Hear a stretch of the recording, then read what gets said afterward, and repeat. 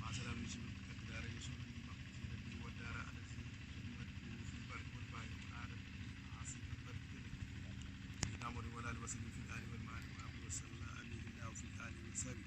ومن والاه وسلم عليه في الجميع أجر السقف والعافية في كل ما يسر في الجنان والطيب للجنان يا الله يا رحمن يا رحيم يا ملك يا قدوس يا مكرم يا عزيز سكرك بقلبي ويدي ولجنان كنت لي بالأفضل سنة صلاة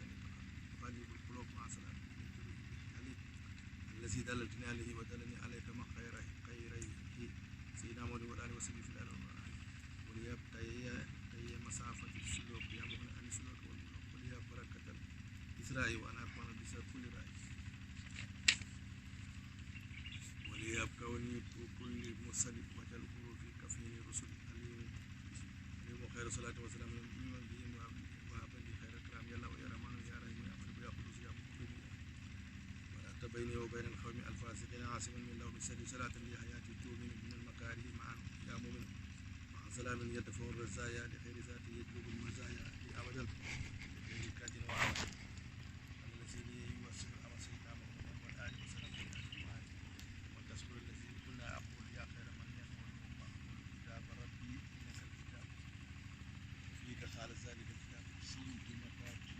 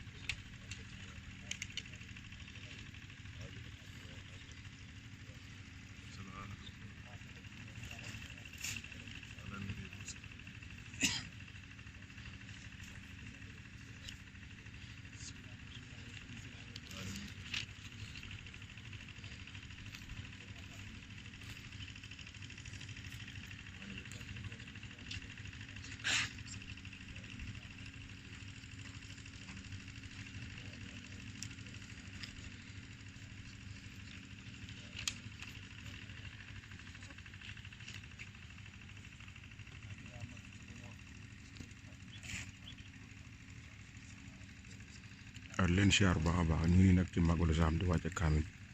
sëriñ bi moo toog nañ jiite kaamil bi ci Magalu Saam waaye li mooy wàcce kaamil bi ñu war a wàcce kaamil te sëriñ bi jiite ko ci barke Sëñ Cheikh Fall borom digal waaw barke Sëñ Cheikh Fall barke Sëñ Cheikh Fall barke Sëñ Cheikh Fall di ko ñaanal mu yàgg lool te wér